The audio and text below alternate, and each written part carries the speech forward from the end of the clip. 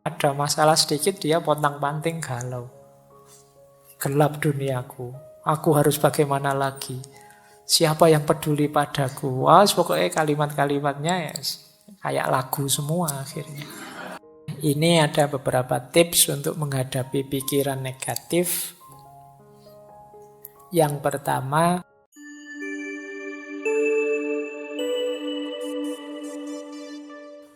Assalamualaikum warahmatullahi wabarakatuh. Bismillahirrahmanirrahim. Alhamdulillahi rabbil alamin. Wa bihi nasta'inu ala umurid dunya waddin. Allahumma sholli wa sallim wa barik ala habibina wa syafi'ina Sayyidina wa maulana Muhammadin wa ala alihi wa ashabihi wa man tabi'ahum bi ihsanin ila yaumiddin. Amma ba'du. Bismillah, mari kita belajar lagi, ngaji lagi. Bismillah, kita awali yang pertama, bersih-bersih pikiran negatif. Pokoknya mikirnya jelek-jelek terus. Pikiran negatif itu pikiran apapun yang terkait dengan kondisi emosi kita yang destruktif atau tidak menyenangkan. Mungkin berhubungan dengan kemarahan, kecemasan, depresi, pesimis. Pokoknya melihat apa-apa serba negatif. Jadi pikiran negatif itu lihat sisi buramnya sesuatu. Ini pikiran negatif. Lihat minuman gini aja, wah jangan-jangan ini diracun sama anak-anak ini. Saya, jangan-jangan ada yang benci saya, ada yang... Ini pikiran negatif. Jadi, mau melakukan apa saja yang diambil sisi buruknya. Ini hati-hati karena kalau kita sudah habit pikiran negatif itu ya apa saja kita persepsi sebagai negatif. Jangankan yang memang negatif, yang positif pun dilihat sisi negatifnya. Ada orang tidak ke masjid, wah ngaku muslim kok tidak ke masjid, dasar. Nanti ada orang ke masjid, alah itu pencitraan. Alah, susah. Ada orang baik dibilang pencitraan, nanti apalagi orangnya jahat beneran. Jadi pikirannya selalu negatif. Nah, negatif thinking itu sebagian besar pikiran negatif itu banyak yang tentang diri kita sendiri. Misalnya, aku ini memang orang yang gagal kok. Aku ini memang orangnya mengecewakan kok. Tidak ada orang yang sayang padaku. Semuanya benci padaku. Semuanya ingin memanfaatkanku saja. Nah, ini pikiran-pikiran negatif. Nanti ada orang nolong kita, wah kamu merendahkan aku ya, emangnya aku tidak bisa sendiri. Tidak ada yang nolong marah-marah, ini orang tidak ada yang punya empati semua dasar. Sulit melawan orang yang pikirannya negatif.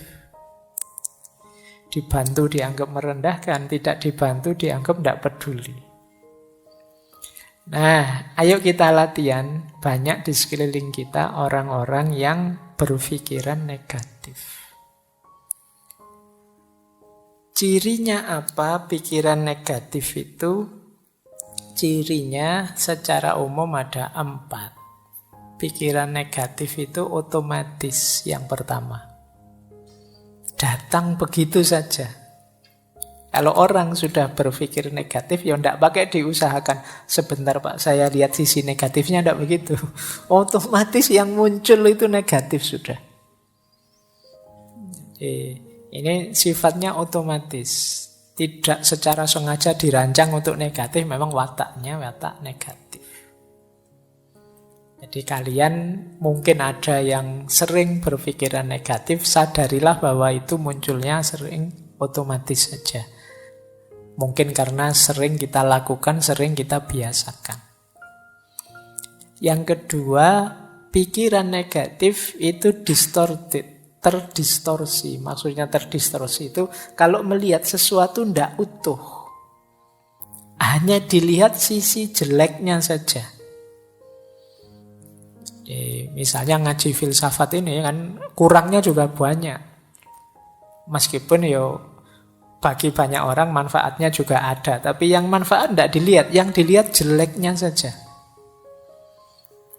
Mungkin ngaji kok selesainya jam 10 malam, itu pun ngomong sendiri Pak Faiznya tidak ada. Nah, itu memang jelek yang bagian itu.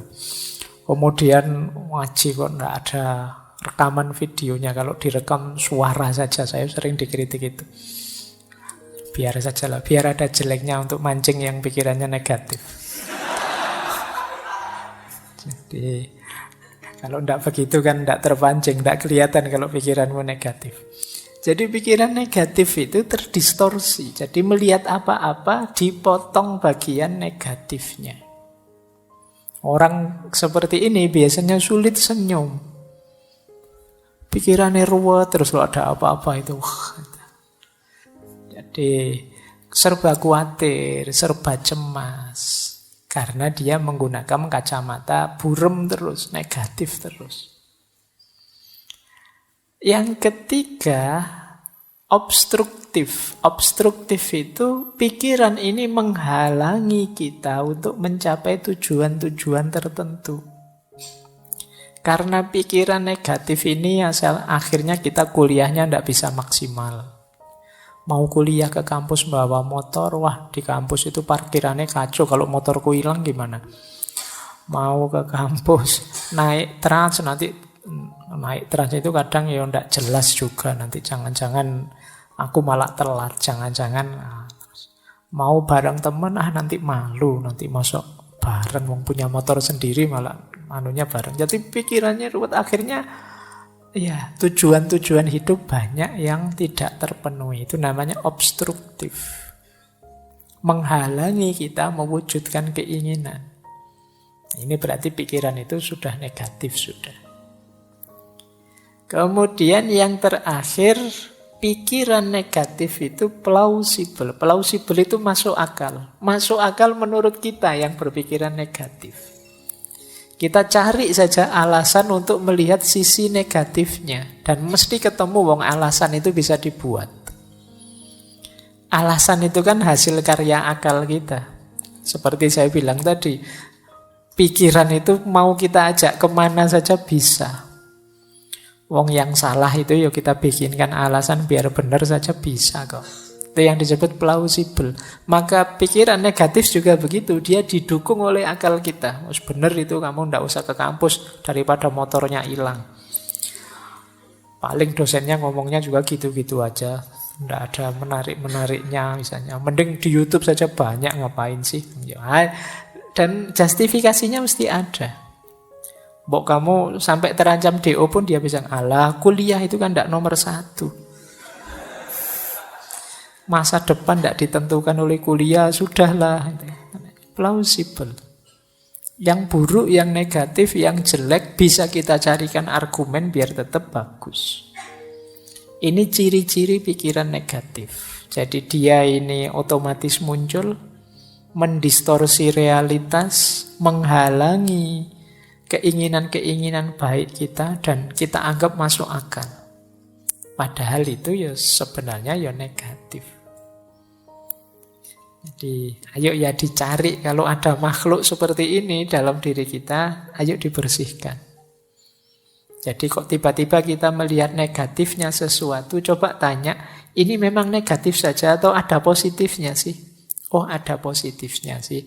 Cuma tadi belum sempat saya baca, tapi menurut saya yang negatif juga perlu diperhatikan. Nah, kalau ini sudah mending, sudah melihat sesuatu lebih luas. Tidak sekedar melihat negatifnya saja. Baik. Nah, sekarang kita pelajari akar-akarnya ya. Agak banyak ini, yang biasanya jadi sumber pikiran negatif. Saya ngasih contoh kuliah-kuliah saja ya. Saya khawatir kalau ngasih contoh yang dunia yang berbeda. Wong saya dunianya ya di kampus. Yang pertama, sumber pikiran negatif itu bisa jadi dari penyaringan kita. Jadi Kita mengabaikan yang positif, kita saring, kita ambil yang negatif saja. Nah, ini namanya menyaring. Kayak kuliah, misalnya ada mata kuliah yang kita lulus dengan nilai C+. Sementara kita ingin nilai A. Terus hanya karena itu terus mikir, berarti saya itu bukan mahasiswa yang hebat. Nah, sudah merasa negatif. Padahal mungkin hanya mata kuliah itu yang nilainya C. Tapi kita tidak melihat mata kuliah yang lain yang nilainya A. Pokoknya hanya gara-gara itu. Jadi kita saring, kita ambil yang jeleknya saja. Ini akar pikiran negatif. Orang seperti ini biasanya juga sulit mengapresiasi keberhasilan orang lain. Ada orang prestasinya 10, ada satu yang buruk, ya satu yang buruk ini yang dikejar-kejar. Ini berarti cara berpikir penyaringan. Menyaringnya diambil yang jelek-jelek saja. Ini akar yang pertama. Akar yang kedua, lahirnya pikiran negatif itu karena cara berpikir hitam putih. Kalau tidak A ya B. Jadi hidup ini ya kalau nggak gagal ya sukses. Tidak pernah kita pikir ada orang itu tidak sukses-sukses amat. Mungkin bisa kita sebut dia setengah sukses. Yang kamu tidak gagal banget ya setengah gagal atau seperempat gagal lah misalnya. Kan apa tidak bisa begitu. Kita selalu inginnya langsung kalau tidak baik ya mesti buruk. Orang itu kadang-kadang ada yang abu-abu juga. Entah baik, entah buruk kita juga tidak tahu fullnya gimana. Tapi ya ada baiknya. Tapi juga ya tidak sepenuhnya baik lawang manusia aja kok. Nah, kita sulit berpikir gini. Kita mikirnya selalu hitam putih. Kamu anak soleh apa anak mursal misalnya. Itu kok hanya dua itu. Alternatifnya bisa banyak. Jadi kamu boleh kok bilang, Pak, saya itu anak seperempat soleh, Pak. Jadi yang 3/4-nya masih agak mursal. Tapi ya lumayan lah ada seperempatnya. Ini kan bisa saja orang begitu. Saya itu ya kalau sholat, puasa yang wajib-wajib ya rajin Pak. Tapi ya bohong juga masih sering. Nah, ini kan tidak bisa pure putih, tidak bisa pure hitam. Tapi orang yang berpikirnya serba hitam putih itu sering terjebak ini. Karena dia tendensinya negatif ya terus. Kalau tidak putih pasti hitam. Nah, kalau tidak A pasti B. Ini membuat orang kemudian pikirannya jadi negatif. Baik. Yang ketiga, generalisasi berlebihan. Hanya karena melihat temannya yang satu ini datang kuliah telat, langsung dijudge, dasar kamu mahasiswa males. Padahal itu ya baru saat itu saja telat. Tapi dari hanya sekali itu kita simpulkan untuk semuanya. Ini namanya generalisasi berlebihan. Kadang juga untuk dirinya sendiri. Aku ini memang orang yang tidak jelas misalnya. Yang ngomong awake dhewe. Padahal mungkin hanya dari satu fakta. Hanya sekedar lupa naruh kunci misalnya. Itu dirinya sendiri dimaki-maki. Dasar bodoh, dasar orang pelupa. Ini namanya over generalisasi. Apa ya sih hanya karena itu saja kok. Besok lupa lagi kunci, tambah kamu marahi lagi. Sekarang sudah benar memang aku ini orangnya pelupa padahal belum tua. Masih muda kok sudah pikun. Aku ini kok dimarah-marahi sendiri dirinya. Ini jenis negative thinking.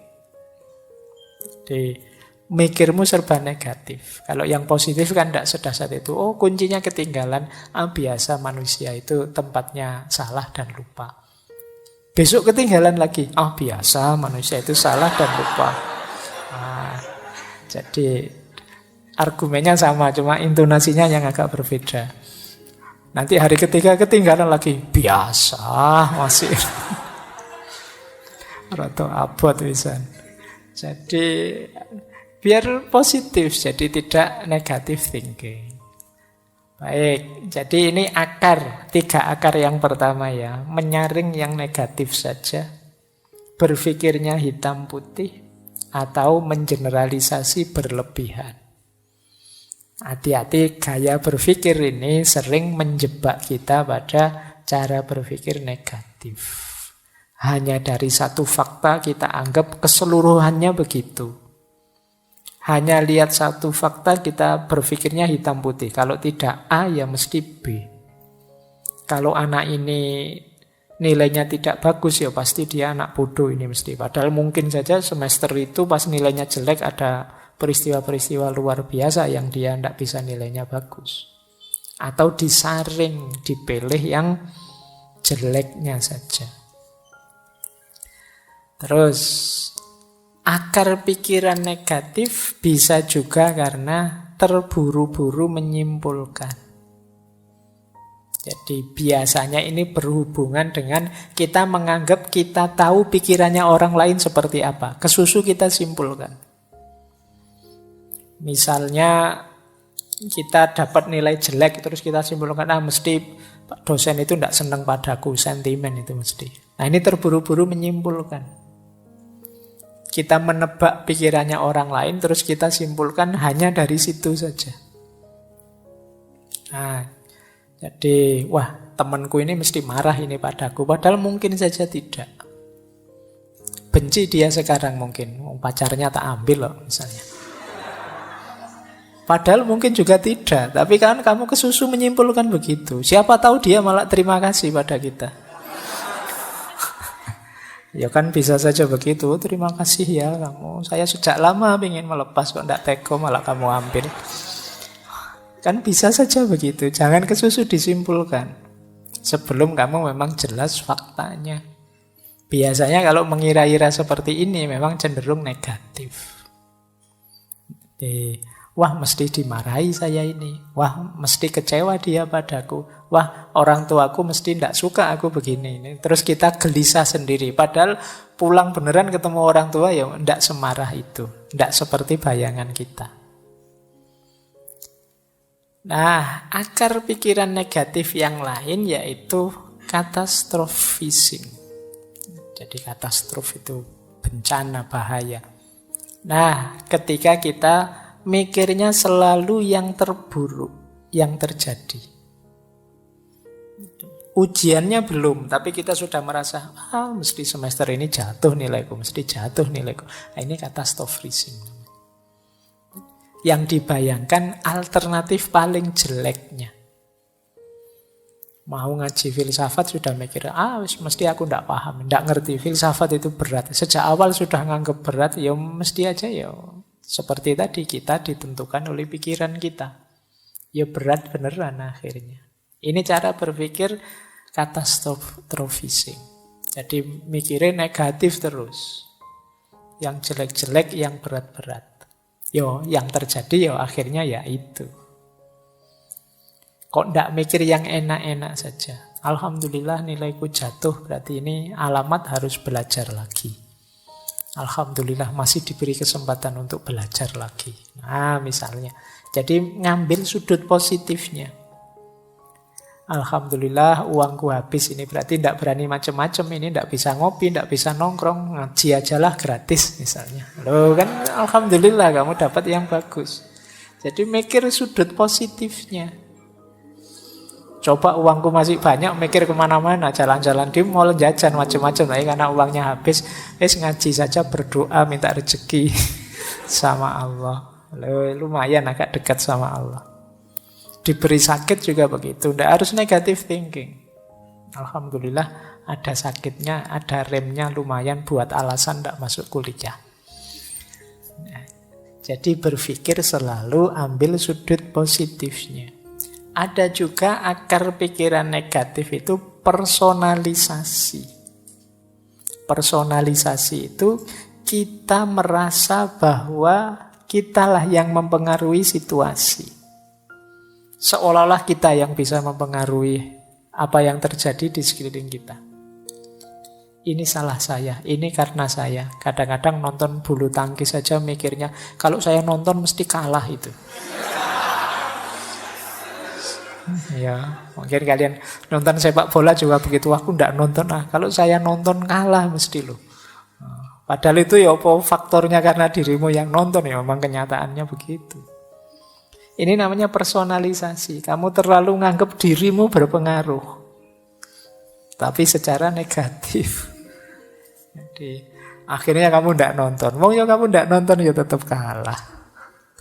Tapi kamu merasa kalau kamu nonton, kamulah penyebab kekalahan itu. Sudahlah, tidak usah ngajak saya. Kalau saya ikut itu biasanya gagal. Itu namanya personalisasi. Pikiranmu negatif saja. Baik, ada lagi pikiran negatif itu karena itu tadi, salah memahami. Harusnya ini di luar kontrol, kita anggap dalam kontrol kita. Jadi ada kan banyak hal, sering saya bilang, belajar itu usaha kita, pinter atau tidak pinter itu anugerahnya Allah. Kalau ini anugerahnya Allah berarti di luar kuasa kita. Bukan salahmu kalau kamu tidak pinter. Tapi kalau kamu malas belajar itu salahmu.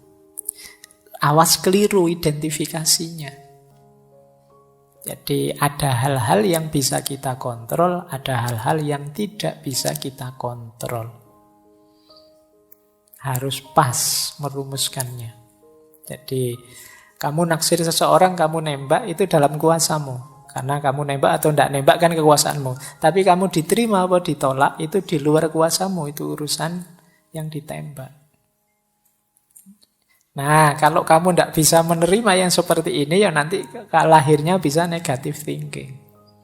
Seolah-olah kamulah yang menyebabkan kamu ditolak. Mungkin kamulah yang menyebabkan kamu tidak pinter. Kamulah yang menyebabkan. Tidak. Asal kamu tidak males, ikhtiar sudah maksimal secukupnya, ya hasilnya apapun terimalah. Karena ada hal-hal yang di luar kontrol kita. Sudah nawa itu niat mau berangkat ikut ngaji. Sudah mengeluarkan motor. Kok yontilalah bensinnya habis. Uang tidak ada untuk beli bensin malam hari ini, terus balik lagi. Nah ini kan berarti ada hal-hal yang di luar kuasamu sudah. Jadi tidak terbayangkan tadi bensinnya kok pas habis. Nah ini, jadi niat ngaji masih dalam kuasamu, tapi ada terjadi peristiwa-peristiwa di luar kuasamu, ya sudah. Biasanya orang yang berpikir negatif kalau terjadi peristiwa seperti ini, waduh, salah apa aku, dosa apa aku. Jangan-jangan kemarin menyakiti hati temanku sampai aku diazab seperti ini ya. Karena mikirnya ngono. Biasa saja, memang ada hal-hal yang di luar kontrol kita. Yang penting yang dalam kontrol kita sudah kita jalankan maksimal. Di luar itu ya sudah. Baik, terus ada juga akarnya pikiran negatif itu kita keliru memahami sunnatullah. Jadi misalnya kamu mendapat nilai jelek, terus saya kok dapat nilai jelek ya, tidak apa-apa lah Pak, memang hidup itu memang tidak adil loh Pak. Ya, seolah-olah nilai jelek itu karena hidup yang tidak adil, padahal ya karena kamu males saja. Tapi kamu alasanmu, hidup memang tidak adil kok Pak. Nah, kamu nipu orang terus dipukuli orang terus alasanmu, ya seperti ini hidup Pak, penuh penderitaan.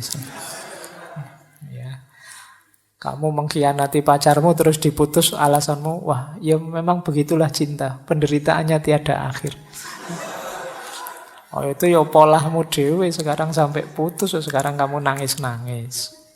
Jadi salah memahami sunnatullah tadi. Ini mirip dengan sebelumnya. Ada yang dalam kuasa kita, ada yang di luar kuasa kita. Jadi kita itu sering menjustifikasi kekeliruan kita, kesalahan kita sebagai bagian dari pola hidup atau sunnatullah. Saya itu sebenarnya ingin jadi orang baik loh Pak. Tidak tahu kok takdir membawa saya ke sini. Ayo kamu salahkan takdir membawamu ke situ. Ya kamunya saja memang tidak serius mengarahkan hidupmu ke arah yang baik. Akhirnya kamu terseret ke situ. Itu kayak ceritanya Umar itu kan. Satu ketika Umar bin Khattab ini menangkap pencuri. Pencurinya waktu ditangkap alasan takdir. Loh, saya maling ini kan dan berhasil maling, itu kan berarti memang takdirnya Allah. Kalau Allah tidak mengizinkan saya maling, apa bisa saya maling? Wah, alasannya mantap itu. Jadi akhirnya sama Umar malah dipukuli. Lah kok saya malah dipukuli? Loh, kamu dipukuli itu juga bagian dari takdirnya Allah. Jadi kamu pakai alasan takdir untuk menjustifikasi kesalahanmu. Baik, terus ada lagi pikiran negatif yang lahir dari orang yang selalu menyalahkan, mencari kambing hitam. Nah, kalau tadi kan yang ditembak dirinya sendiri, kalau ini nembak keluar, menyalahkan. Wah, ini hujan terus ini gara-gara kamu sih. Nah, ini yang disalahkan orang lain. Ada apa saja nyari kambing hitam. Orang lain yang salah. Ini juga jenis pikiran negatif. Oke, saya lanjutkan biar nanti nyampe. Ada lagi pikiran negatif itu karena emosi. Jadi emosi yang berlebihan. Menganggap yang kita rasakan itulah nanti yang sebenarnya. Padahal kadang-kadang perasaan kita dengan kenyataannya kadang ya tidak benar. Kadang-kadang kita itu agak sentimental, agak dramatis, agak apalah. Kita sering agak-agak begitu. Tapi ini kita anggap yang sebenarnya. Jadi, wah, saya ini orangnya mudah kalah, Pak. Saya itu sejak dulu saya membaca hidup saya itu selalu gagal. Nah, ini emosional. Nah, padahal itu cuma perasaanmu, tapi akhirnya kamu bawa dalam hidupmu yang sebenarnya bahwa kamu itu orang yang gagal. Ini namanya emosi yang tidak terkendali. Jadi sering membawa pikiran-pikiran negatif. Jadi ini seperti orang minder itu kan sering emosinya tidak terkendali. Siapalah saya? Ya bukan berarti terus jadi orang sombong, tapi biasa sajalah. Tidak usah terlalu didramatisir, tidak usah terlalu emosional. Jadi, nanti digoda temennya terus tersinggungnya banget. Temennya guyon, sini baper misalnya. Karena emosinya tidak terkendali. Ini juga sering jadi pikiran negatif. Hati-hati, karena orang yang semacam ini itu kan biasanya tidak nyaman kalau dekat orang lain. Kita juga tidak kerasan dekat orang seperti ini. Dia kalau bergurau kelewatan, begitu dibalas tersinggung. Nah, ini emosional. Hati-hati, ayo kita bentuk diri yang positif, tidak yang negatif. Terus ada lagi salah paham tentang perubahan. Tapi ini digantungkan pada orang lain. Ini mirip seperti kambing hitam tadi. Kalau kamu jujur sejak awal, aku tidak akan begini.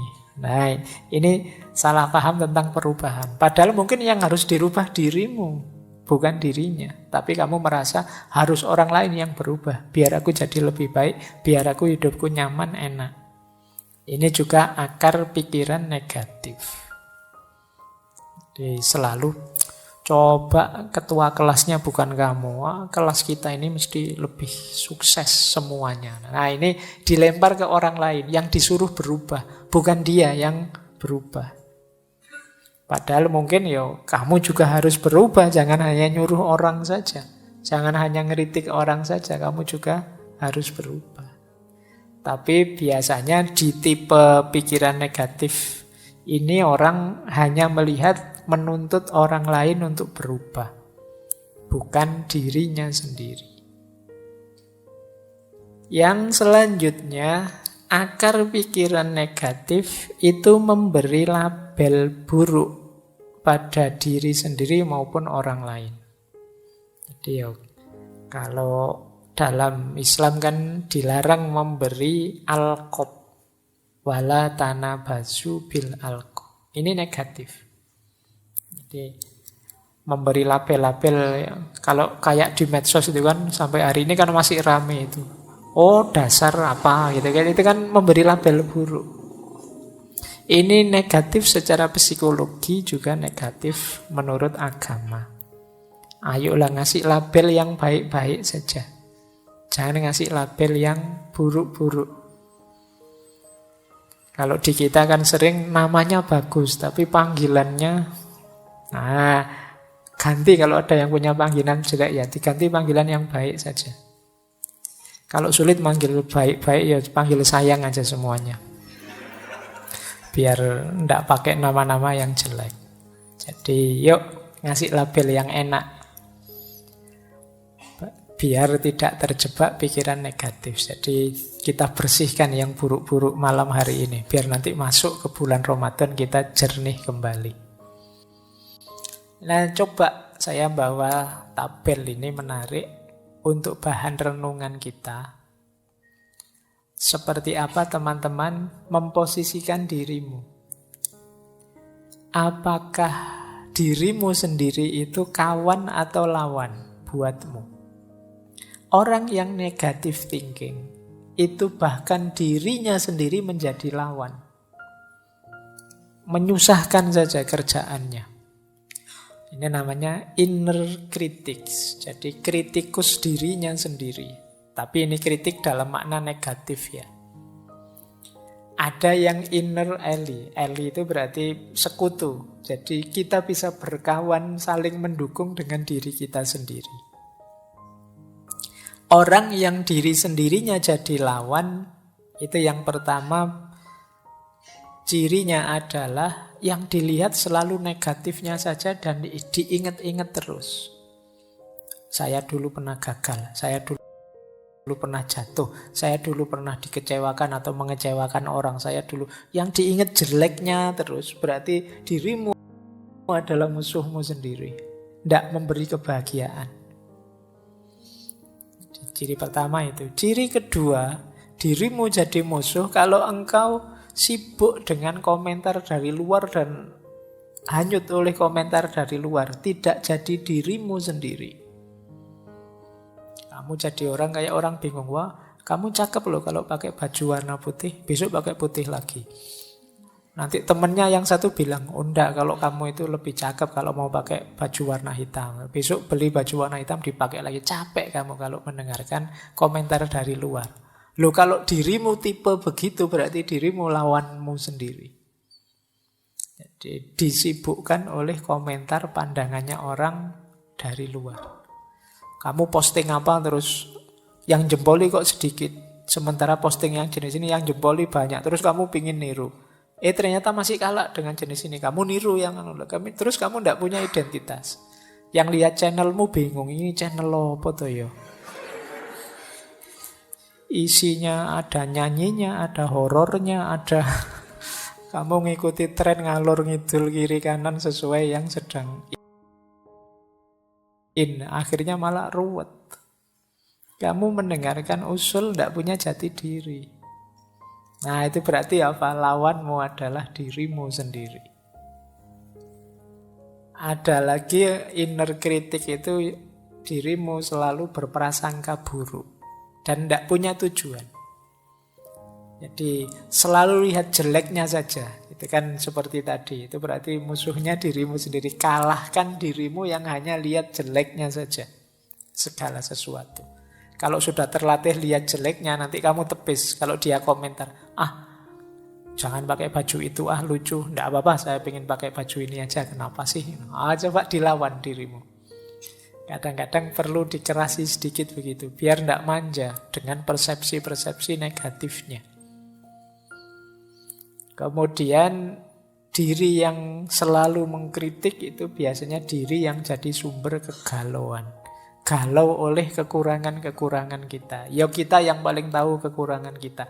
Tapi kekurangan kita itu kan jalan untuk kita berusaha memperbaiki diri, bukan jalan untuk galau. Tapi diri yang serba negatif tadi tiap hari menyusahkan kita dengan kegalauannya.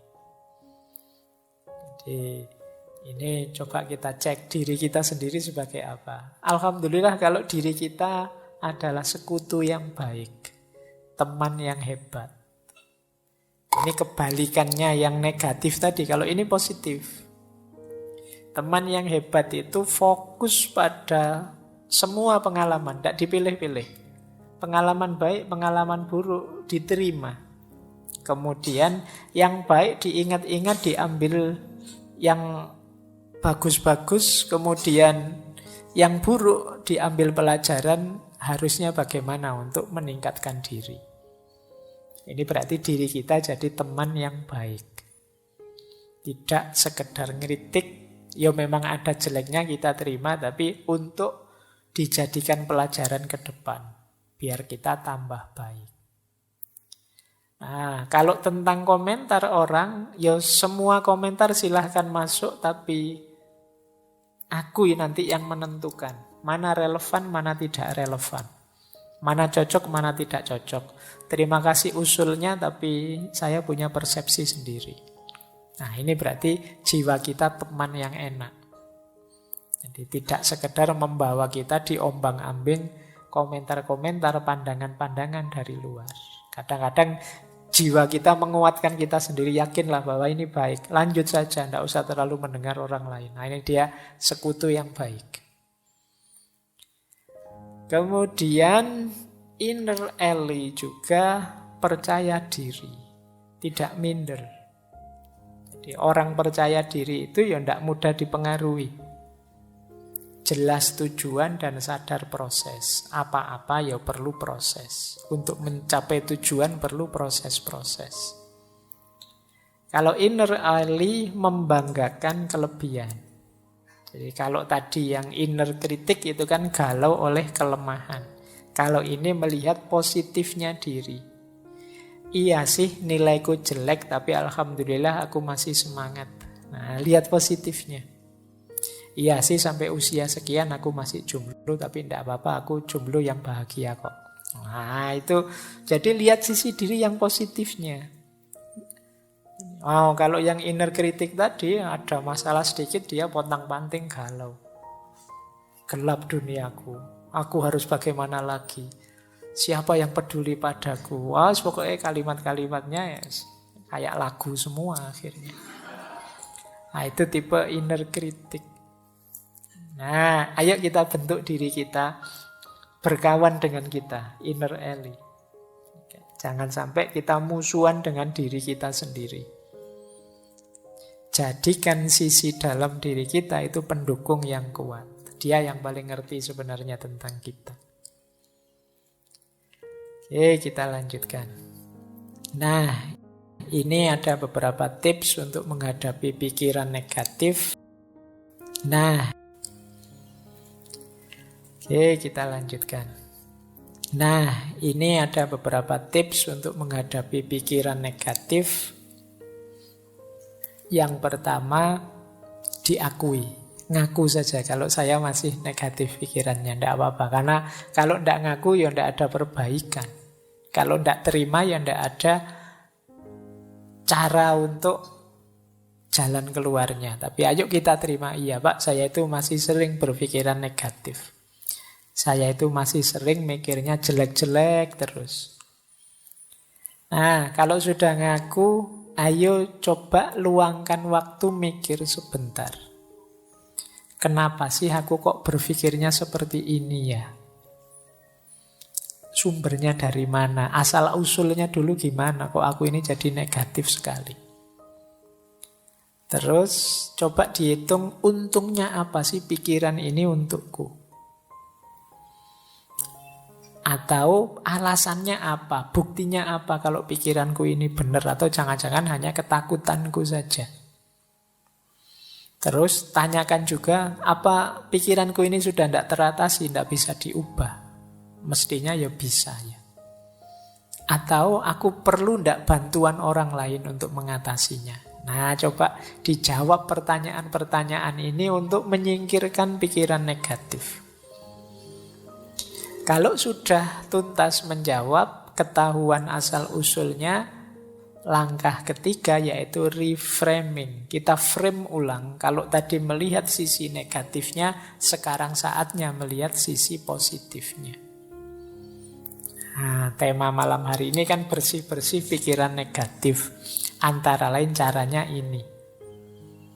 Kita akui, kita uji, dan kita bikin frame ulang yang positif. Jadi nanti kita masuk bulan Ramadan, perspektifnya sudah jernih, sudah positif. Oke, nah ini pikiran positifnya. Cara untuk melatih berpikir positif adalah yang pertama, ayo mengenali kelebihan-kelebihan dan keberhasilan-keberhasilan kita. Tidak ada orang itu yang hidupnya negatif terus. Pasti pernah mengalami hal-hal positif. Bila perlu ditulis. Boleh teman-teman kalau ada waktu ya, bawa kertas atau buku tulisan. Kelebihanku itu apa saja sih kira-kira? Nah, 1, 2, 3, 4, 5 apa saja. Pasti ada kok kalau teman-teman jeli. Tidak mungkin tidak ada kelebihan sama sekali. Ya kemungkinan banyak tapi tidak ketahuan saja. Kalau kalian jeli mungkin ketemu, oh ternyata saya itu orangnya begini, orangnya begitu. Coba ditulis saja.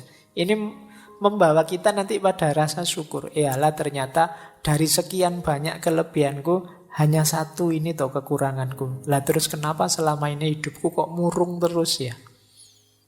Nah ini coba kalian, tidak apa-apa wis latihan nulis. Meskipun tulisannya disembunyikan untuk diri sendiri juga tidak apa-apa. Mungkin malu kalau dibaca orang lain ya tidak apa-apa. Tapi paling tidak kan melakukan muhasabah sendiri.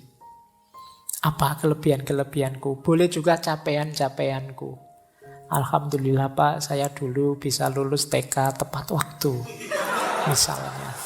Loh, itu kan prestasi. Mungkin ada yang TK-nya tidak tepat waktu. Nah, jadi dan banyak capaian-capaian yang lain. Gitu loh. Saya selalu sukses Pak, tiap bulan menghabiskan kiriman orang tua. Wah, situ. Alhamdulillah. Barokah berarti kirimannya orang tua. Iya Pak, selalu bisa saya habiskan dengan sukses. Coba ya kamu hitung capaian-capaian. Banyaklah mesti, tenang saja.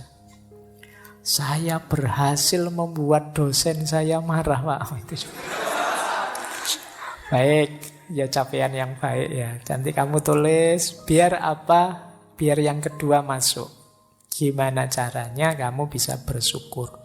Kalau kamu bisa sulit menemukan kelebihan atau capaian hidup prestasi, tapi yang kedua ini pasti kamu ketemu. Hal-hal yang bisa disyukuri. Mudah untuk mencari hal yang bisa disyukuri. Kalau kalian sulit, bandingkan dirimu dengan orang yang situasinya lebih sulit darimu. Dan itu banyak. Mungkin kamu masih sehat lah, mungkin kamu masih hidup lah, mungkin kamu masih bisa ketawa lah, mungkin banyak hal yang bisa kamu syukuri. Nah ini akan banyak mengubah hal yang negatif jadi positif. Terus cari circle yang positif. Cari teman yang juga positif. Kalau temanmu negatif semua ya lama-lama kamu terpengaruh negatif. Cari teman yang enak, diajak bersama-sama, yang mikirnya selalu yang baik-baik, membooster semangatmu. Kemudian pinter-pinter bikin afirmasi, self-talk yang positif. Ngomong yang baik-baik saja deh. Tidak hanya dengan orang lain, dengan dirimu juga begitu. Buang kalimat-kalimat yang merendahkan diri. Dasar aku ini orang bodoh, dasar aku ini orang tidak pinter, dasar aku ini orang malas. Sudahlah, ganti kalimat yang lebih positif. Jadi daripada kamu marah misalnya, dasar aku orang males, ganti kata dengan yang lebih positif. Ah, ternyata aku ini orangnya penggemar rebahan misalnya. Nah, ya enggak apa-apa kan, bukan kalimat yang negatif. Ternyata aku orang ini yang pintar menikmati waktu luang misalnya. Nah, ya nama lainnya males. Baik. Jadi ini cari self-talk yang lebih positif. Biar pikiranmu juga positif. Jaga kesehatan tentu saja ya. Kalau kamu tidak sehat ya pingin sepositif apapun ya berat. Tapi kalau kamu sehat lebih mudah. Relax, humor. Hidup jangan kenceng terus, kaku terus. Yo ada guyonnya sedikit-sedikit, tapi juga jangan guyon terus. Relax saja, santai, nikmati, mengalir saja. Hidup itu mengalir saja, mesti ada humornya, banyak yang lucu. Hidup jadi tidak lucu karena kamu serius terus, kamu pegang terus dengan keras. Biarkan saja kamu nikmati setiap prosesnya, mesti beragam. Ada seriusnya, ada lucunya, ada. Hidup itu begitu karakternya. Kok hidup itu seragam? Kok ini rasanya humor terus, Pak? Ada yang tidak beres. Kamu berlebihan di situ. Atau kok serius terus, Pak? Ada yang tidak beres. Kamu ada yang berlebihan pasti. Secara natural hidup itu pasti ya ada naik, ada turun, ada serius, ada humor. Terus banyak belajar hal baru. Jadi banyaklah belajar tentang yang baru-baru. Yang baru ini menarik. Biar kamu tidak sibuk dengan pikiran-pikiran lama yang negatif. Nah, jadi setelah dibersihkan tadi, diisi dengan yang positif. Memulainya dengan hal-hal ini.